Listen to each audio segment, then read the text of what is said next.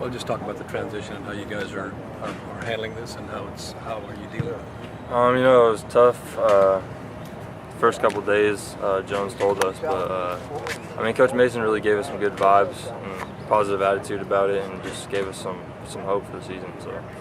Talk about the up-tempo practices. How much is that making a difference? It was difficult the first couple of days, but getting into it more is getting a little easier. And the hardest part was probably just getting the plays off so fast like he wanted us to. So yeah, it was tough, but we're starting to get a little better at it. You go from playing for a coach whose reputation is built on working with the passing game and with quarterbacks to a defensive guy. How does that impact you? One of the reasons why I came here was Coach Jones. A lot of people came here because of Coach Jones, and it is different now that he's the defensive guy and he's our head coach. But I think he'll give like a new insight on what we need to do in the offense, because he's a defensive coordinator. So he knows what'll work. So I hope we get better. Is this whole situation disappointing, or is it? How do you move forward? Because June Jones is the guy that brought you here. Say running? Yeah. Is it disappointing because disappointing. June is the guy who brought you guys here, and now he's no longer here? Yeah, it was really disappointing actually, because a lot of us came here for Coach Jones, and but I think Coach Mason will do well, and we all respect him and we want to play for him. So we'll see how it goes from here. And how do you guys move on as a team with this new situation? We just got to come together. I think just come together and keep being positive with each other, and I think that'll be great for us if we just keep being positive. How have the up-tempo practices been? Can that help reshape your guys' minds as you go forward? Yeah, I think so. A little change that'll help us, because we're not used to the up-tempo, and it's more like it's game-like almost. So I think that'll be a lot better for us too. You got some playing time against Baylor and UNT. What did you learn from that experience to take into this Saturday?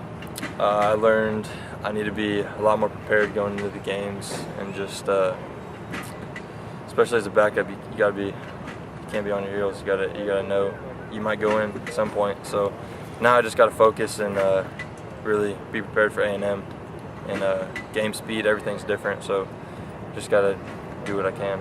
How is your preparation different when you go in knowing you're going to be starting? A lot more time, just looking at film, knowing what I got to do, laying in bed at night thinking about how am I going to do better, how am I going to make the team better.